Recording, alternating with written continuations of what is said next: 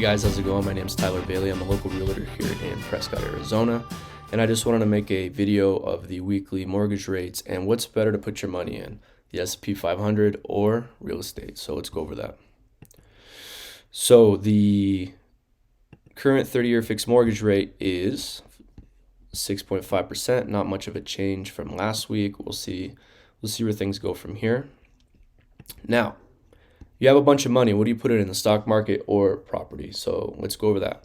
So the S&P 500, which is one of the most conservative things to put your money in, has consistent returns over the past 50 years, has a annualized return of 9.4%. So this is important to remember that if you just buy every month, every week when the market goes up and when the market goes down and when the market goes up, instead of trying to time the market, your cost basis is going to be right through the middle.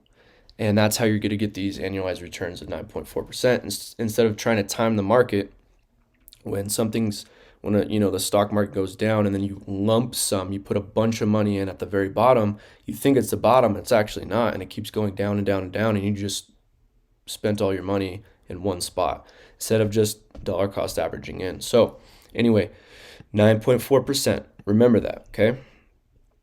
Now, property.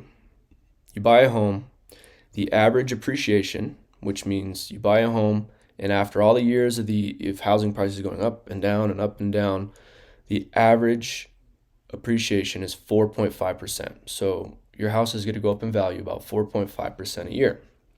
Here's some sources. It says 4.3, 4.7, and some of the very bullish years, crazy years, 7.7. Right? So the average 4.5. So let's say you buy a house for $350,000 cash. Okay. Now a home of that value here in Prescott Valley, you can buy a home for that price, a 3-bed, 2-bath. Okay. Now, rent.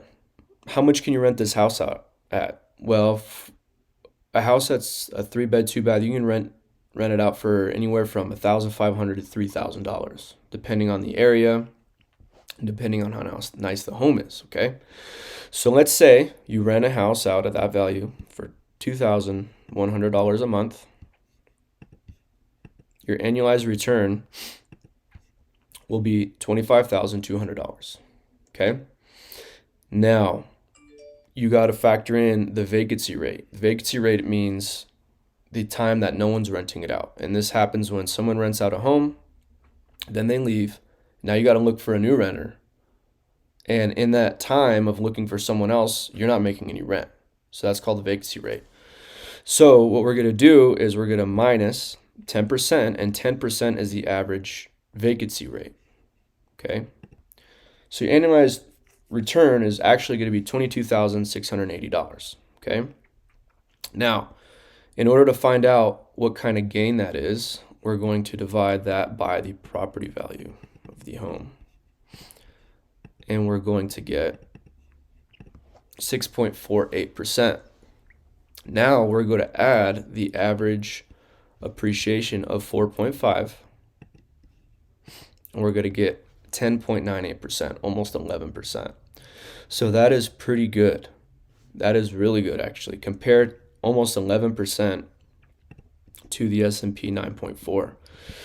So what's better to put your money in, real estate or stock market? Well, it's much easier to just go on your phone or go on your laptop and just throw money in and not worry about it than having to deal with renters. So that's the only headache you're going to have to deal with. But I mean, I still think property's better. You can live in it. Right? You could take equity out and buy other homes. You can rent it out. So, in the end, property is always king.